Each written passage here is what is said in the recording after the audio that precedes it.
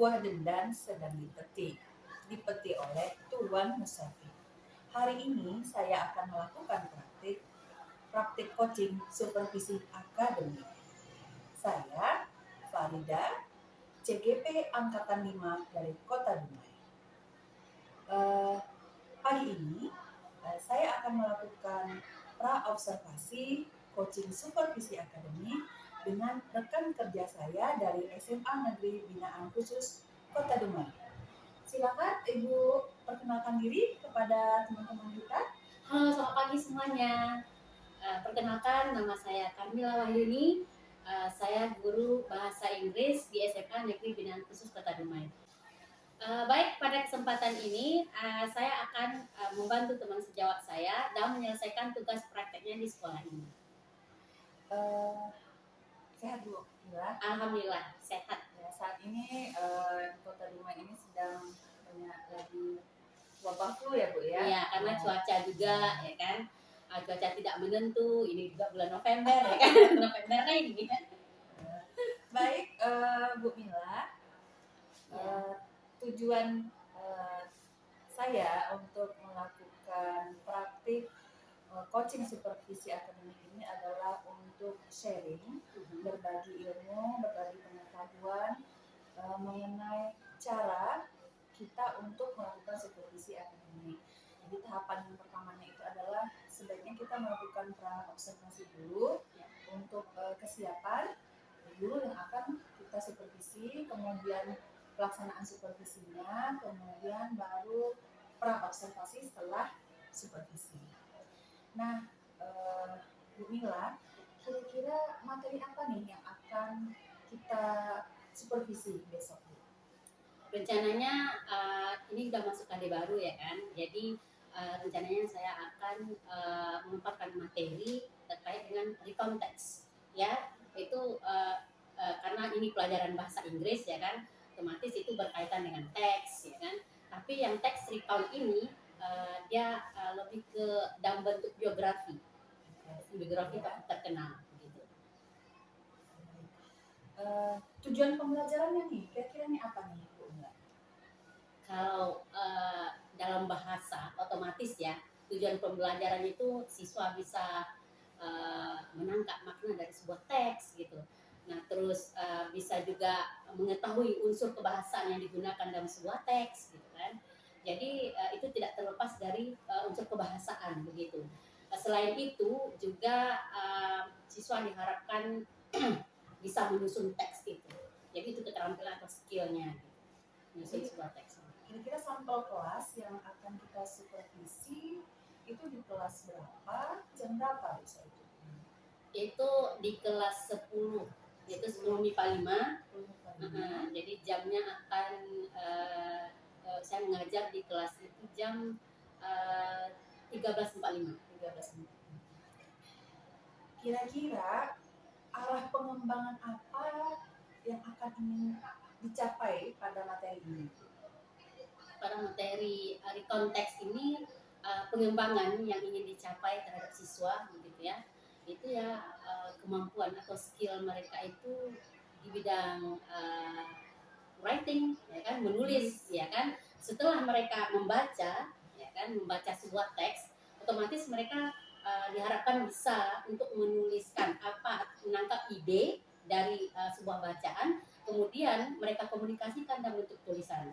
Setelah itu juga diharapkan siswa ini bisa untuk berbicara, mengkomunikasikan melalui lisan begitu, karena ini bahasa Inggris, jadi diharapkan mereka bisa untuk mengkomunikasikannya dalam berbahasa Inggris. Tadi kita sudah membahas tujuan pembelajaran dari materi yang kita sampaikan, kemudian arah pengembangan yang tidak dicapai. Nah, kira-kira untuk besok strategi apa nih Bu Mila yang akan Bu Mila terapkan agar anak-anak kita lebih mudah memahami materi? Ya, strategi yang saya terapkan di sini dan pembelajaran ini yaitu saya mencoba untuk menerapkan active learning. Ya, sebelumnya saya sudah membagi mereka ke beberapa kelompok berdasarkan bakat dan minat mereka. Jadi di sini saya meminta mereka untuk membuat video pembelajaran atau membuat media pembelajaran berdasarkan kreativitas mereka, yaitu bisa berbentuk PowerPoint, juga bisa mereka menampilkan video, begitu ya. Jadi di sana nantinya mereka diminta mempresentasikan hasil diskusi mereka dengan kelompok mereka kepada kelompok lain. Jadi materi itu mereka yang mempresentasikan. Nah, kemudian setelah mereka mempresentasikan hasil diskusinya, otomatis ada kelompok lain yang menanggapi, yang bertanya, yang tidak paham, gitu ya. Jadi disitulah mereka saling berinteraksi dan berdiskusi, begitu, menggunakan bahasa Inggris, begitu ya. Jadi disitulah dilatih kemampuan mereka berbicara dan berdiskusi, begitu ya, menggunakan bahasa Inggris. Nah, ya mudah-mudahan untuk besok anak-anak bisa dinamis, bisa berkomunikasi dengan baik, karena saya juga menyadari tidak semua anak kan Bu Mila punya kemampuan bahasa Inggris yang baik. Kita berharap nih mudah-mudahan besok anak-anak kita aktif, kemudian suasana kelas dinamis ya Bu ya. Tapi kira-kira bagaimana jika ada kasus anak-anak yang tidak memiliki keberanian berbicara dalam bahasa Inggris atau anak-anak yang fasih? Nah, kira-kira kiat atau strategi apa yang akan Bu Mila jalankan? Ya, saya juga melihat ya beberapa anak ya kan itu ada yang refleks untuk menanggapi, gitu kan, punya keberanian untuk menanggapi secara langsung, gitu. Tapi bagi anak yang memang pasif, begitu ya, saya selaku guru yang bisa mengarahkan mereka, mengarahkan bagaimana mereka bisa menuangkan ide mereka, apa yang mereka pikirkan ke dalam bentuk tulisan. Karena kalau untuk anak yang pasif ini dia perlu waktu untuk berpikir, gitu ya, untuk menuangkan ide mereka, gitu. Dan ternyata saya lihat anak itu emang bisa menuangkan ide mereka itu dalam bentuk tulisan daripada ke bentuk dalam bentuk berbicara, begitu. Jadi mereka memiliki kesempatan untuk berpikir, menuangkan idenya, dibandingkan anak-anak yang punya keberanian atau keterampilan yang secara spontan. Aduh, terima kasih banyak nih Bu Mila ya. Bincang-bincang wawancara kita Semoga untuk persiapan supervisi akademik besok. Mudah-mudahan cuaca cerah, tidak hujan, dan anak-anak hadir semua ya Bu Mila ya. Mudah-mudahan sehat semua. Terima kasih semuanya. Kita akan melanjutkan supervisi akademik besok pada hari Kamis. Terima kasih.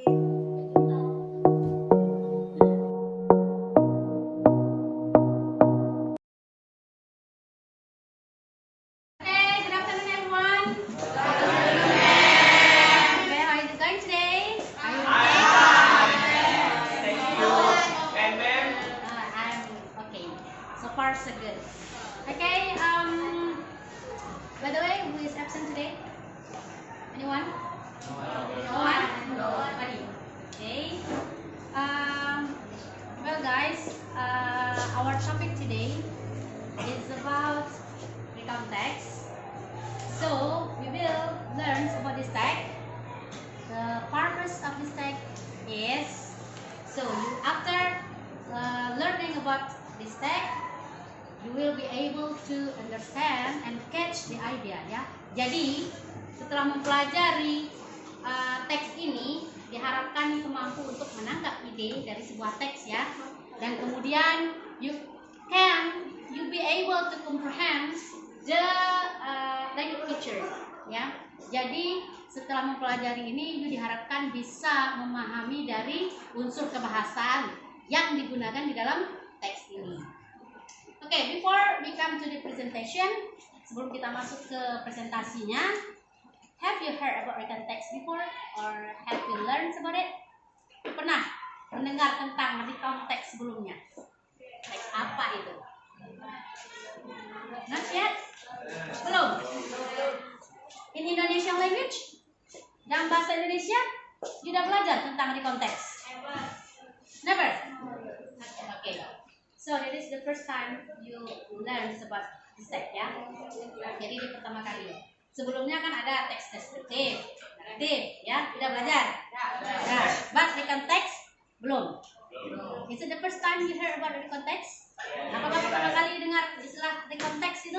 Yes, ma'am.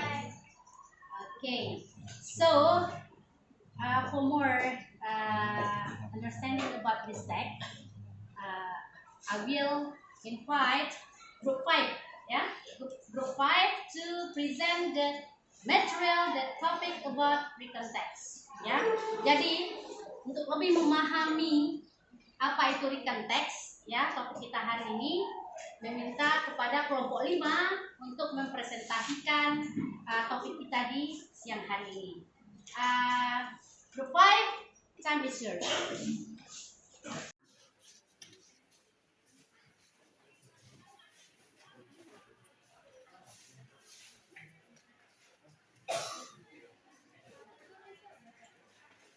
Assalamualaikum warahmatullahi wabarakatuh.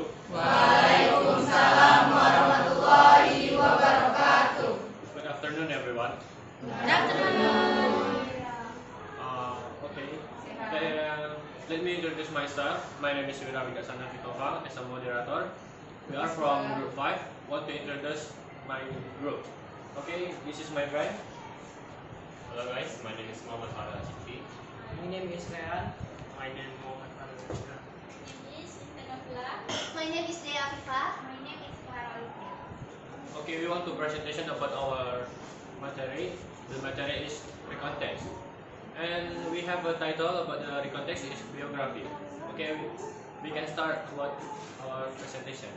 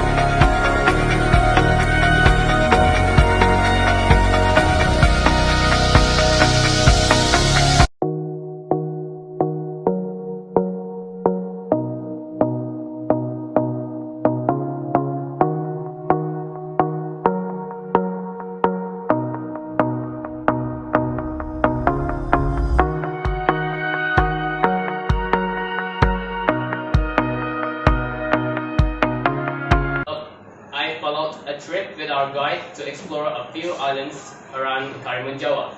On the next morning, we went snorkeling and explored more islands. We had fun. We also ate good food.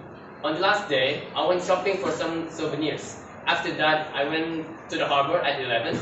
We arrived in Bandung at 23. I had a wonderful experience in Karimun Jawa. It was the best trip of my life. Add information about the recontext, yeah. You may raise your hand and say your name. Okay.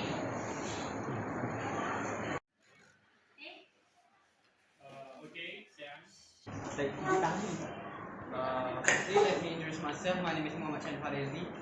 So the question I will be asking is the purpose of recontext is. Okay, thank you for the question. Firmani.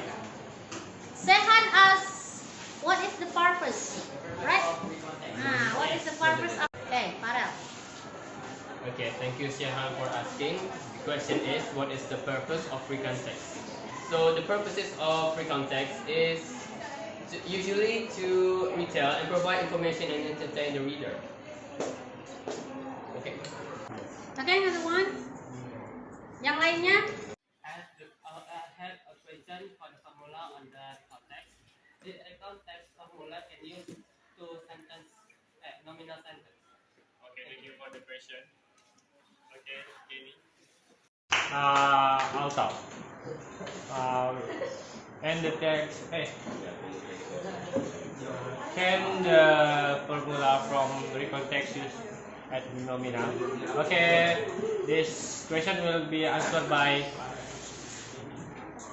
Reha.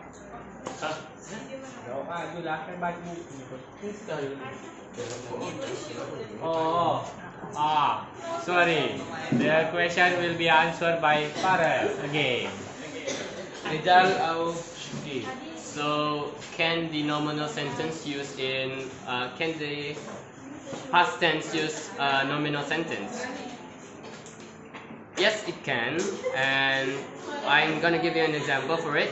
For the positive sentence, we use subject plus was or were plus non-verb. The example is I was a singer in 2000.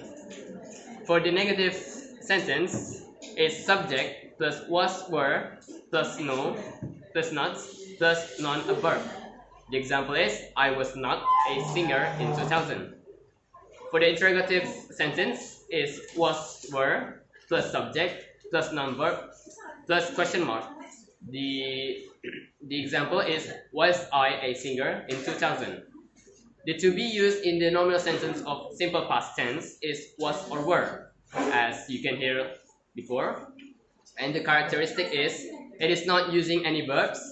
It to be was is for singular verb and to be were is for plural verb. Hope that helps. Okay, thank you for answering the question. So when did we use recontext? When did we use recontext? Is when we retells events for the purpose of informing or entertaining. Okay, thank you. Okay. Senyum. And adverbials. Okay, thank you for the question, Kenny. What is the meaning?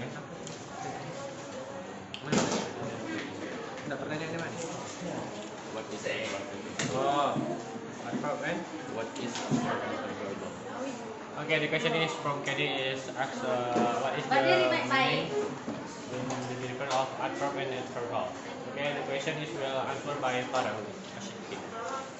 Okay, so what is adverb and adverbals? The adverbals is a word or phrase functioning like an adverb, while the adverb itself is a word or phrase that modifies or qualifies an adjective verb or other adverb, or a word group expressing a relation of place, time, circumstance, manner, cause, degree, etc. Hope that helps. The example is I spent my last holiday in Karimun Jawa, Central Java. Yes. So after learning about this text, you will be able to understand and catch the idea. When I have you again, how could we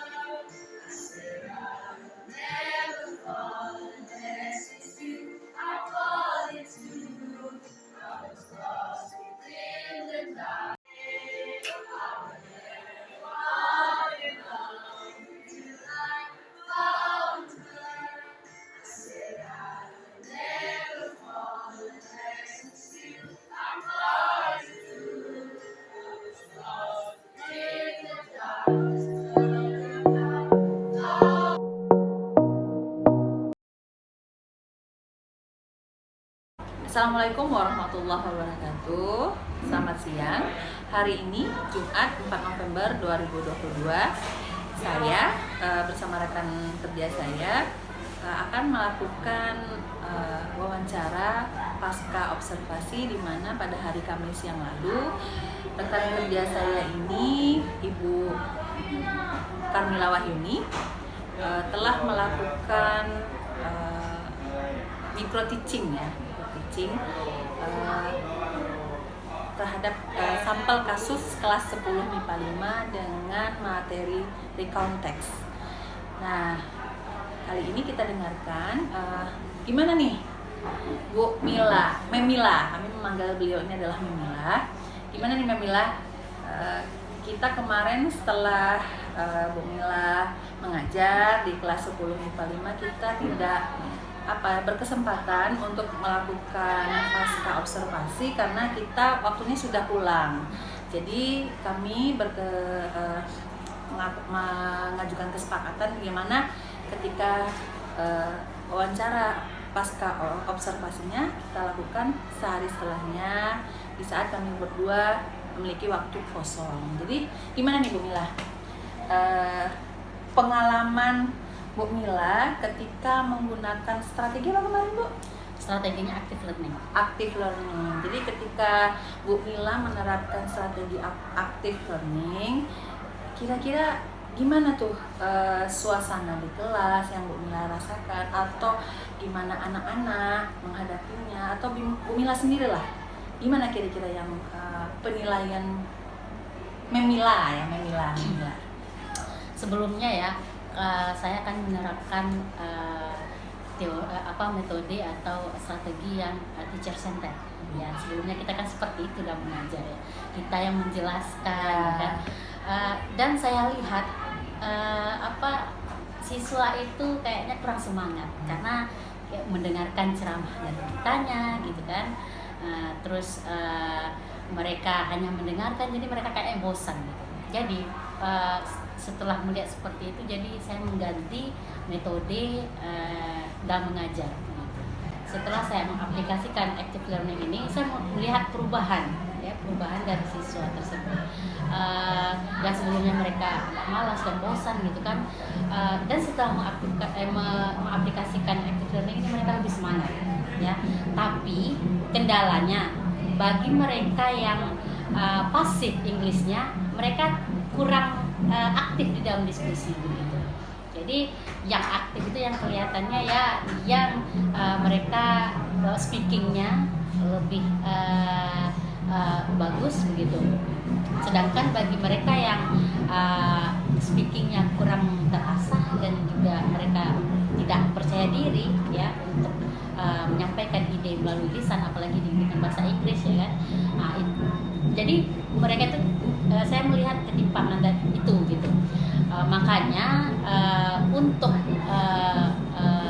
pembelajaran sekarang ini, jadi saya membedakan mereka dan pemberian tugas berdasarkan minat mereka itu. Ada yang mereka yang minatnya ke speaking, ya udah nanti dikasih mereka tugas yang fokusnya ke speaking supaya mereka lebih terasah ya gitu kan. Nah kemudian yang bagi yang sukanya writing atau menulis, mereka bisa menuliskannya. Jadi kalau yang speaking berarti presentasi gitu?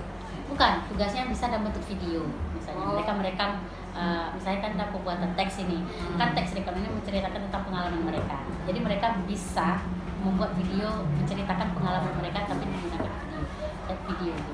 Jadi tadi kan Bu Mila tadi menceritakan bahwa anak-anak itu ada yang punya bakatnya itu di speaking, ada yang di writing. Kira-kira ada nggak di antara di kelas 10 MIPA 5 tadi yang dia punya kemampuan listeningnya bagus?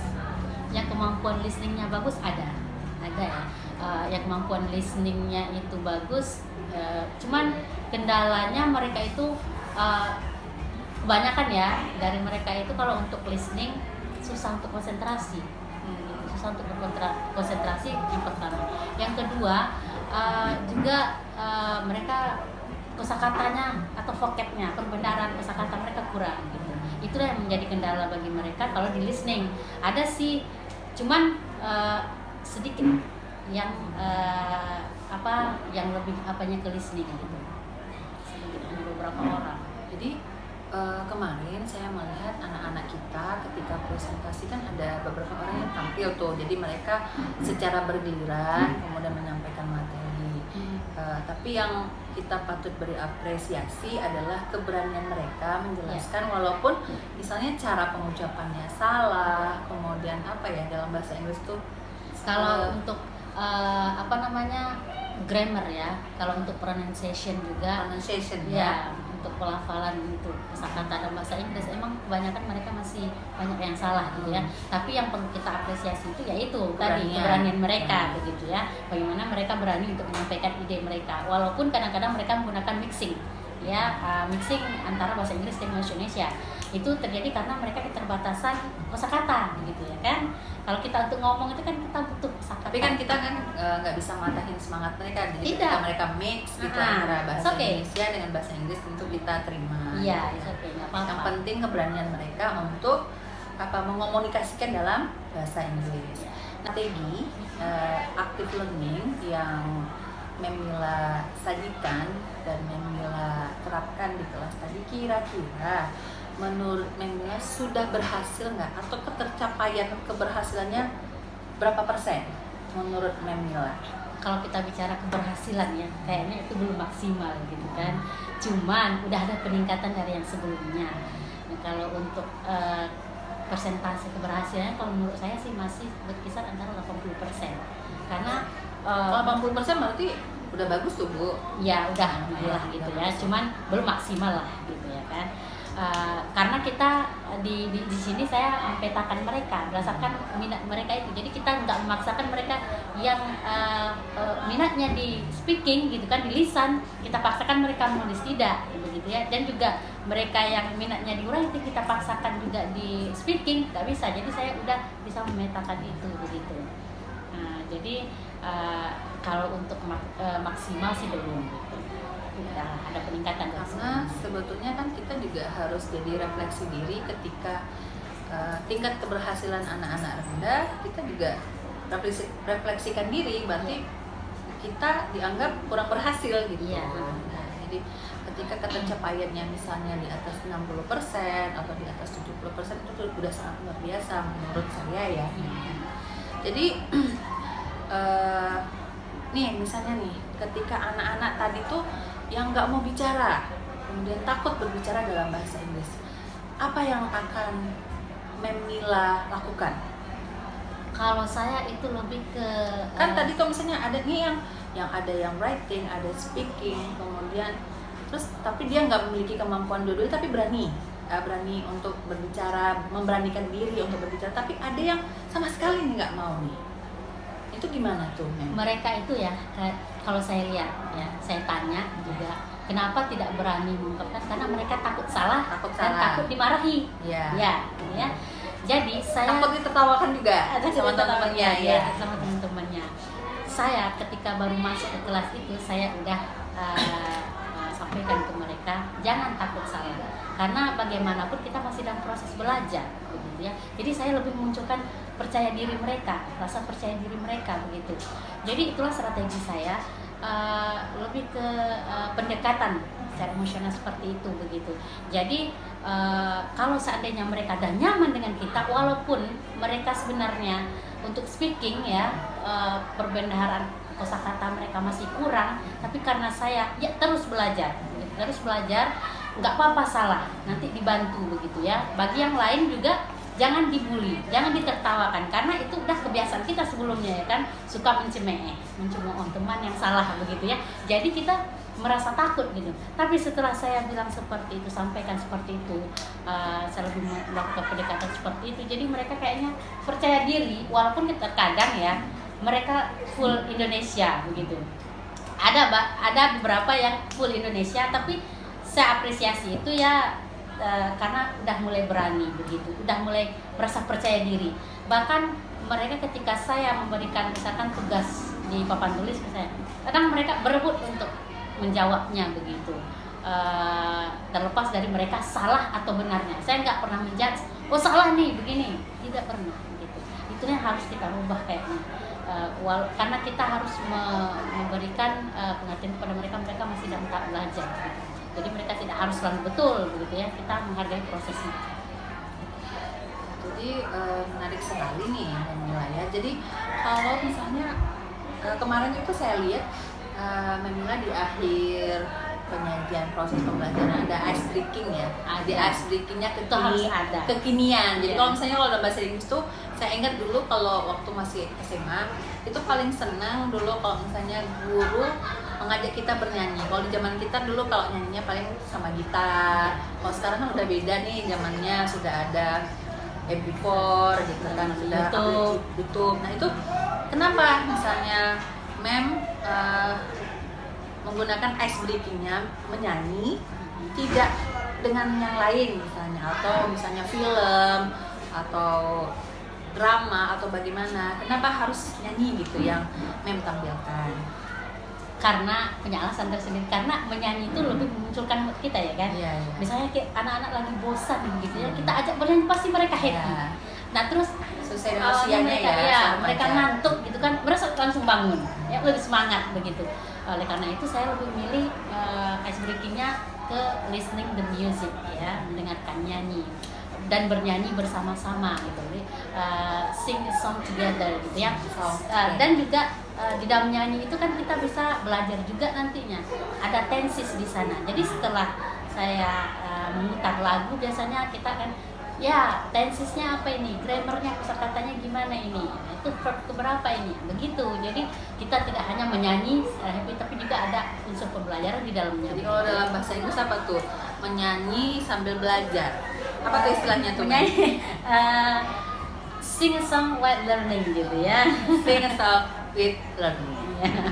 Jadi itulah kadang-kadang ya, kalau udah kemarin saya udah nyanyi, nanti ganti lagi dengan games ya, vocabulary builder gitu ya, untuk menambah kosakata mereka gitu. Mereka juga semangat gitu kalau untuk games gitu. Jadi pada intinya sih belajar sambil bermain, belajar yang have fun. Jadi anak-anak tidak dituntut ya harus kaku, harus duduk rapi, memperhatikan gurunya, karena sudah tidak mengikuti tuntutan zaman lagi ya Bu ya. Kebayang nggak sih kalau 3 jam itu kita fokus belajar, ya kan? Bosan, Apalagi bosan. udah jamnya udah siang gitu ya, udah ngantuk, lawan ngantuk gitu. Makanya kita harus mencari strategi. Jadi ketika anak sudah ngantuk, harusnya guru juga kreatif ya, ada ice breaking yang dinyatakan, atau adalah cerita-cerita lucu ya, sehingga anak-anak juga tidak atau sharing gitu ya. Jadi rencana ke depan gimana nih? Apakah tetap melaksanakan strategi yang sama atau menurut Memila ada perbaikan? Kalau untuk rencana kedepannya sih kita lihat setelah ini bagaimana nanti hasil dari kalau nanti kalau kita evaluasi lagi nanti ya kan. Kalau seandainya bisa diterapkan lagi, kita terapkan lagi. Tapi kalau ada yang metode yang lebih baik lagi nantinya, bisa kita coba lagi metode baru gitu. Untuk saat ini sih mungkin saya akan memperlakukan strategi ini dulu. Nanti kita lihat keberhasilan bagaimana. Baik, Memila terima kasih bincang-bincangnya. Semoga apa yang sudah Memila laksanakan bisa diterima, diserap dengan baik. Tadi seperti kata Memila bahwa sing a song with learning. Jadi saya dapat kosakata baru, sing a song with learning. Saya Farida dan rekan saya Carmila Wahyuni mohon undur diri. Bergerak, tergerak, menggerakkan. Salam bahagia, salam guru penggerak.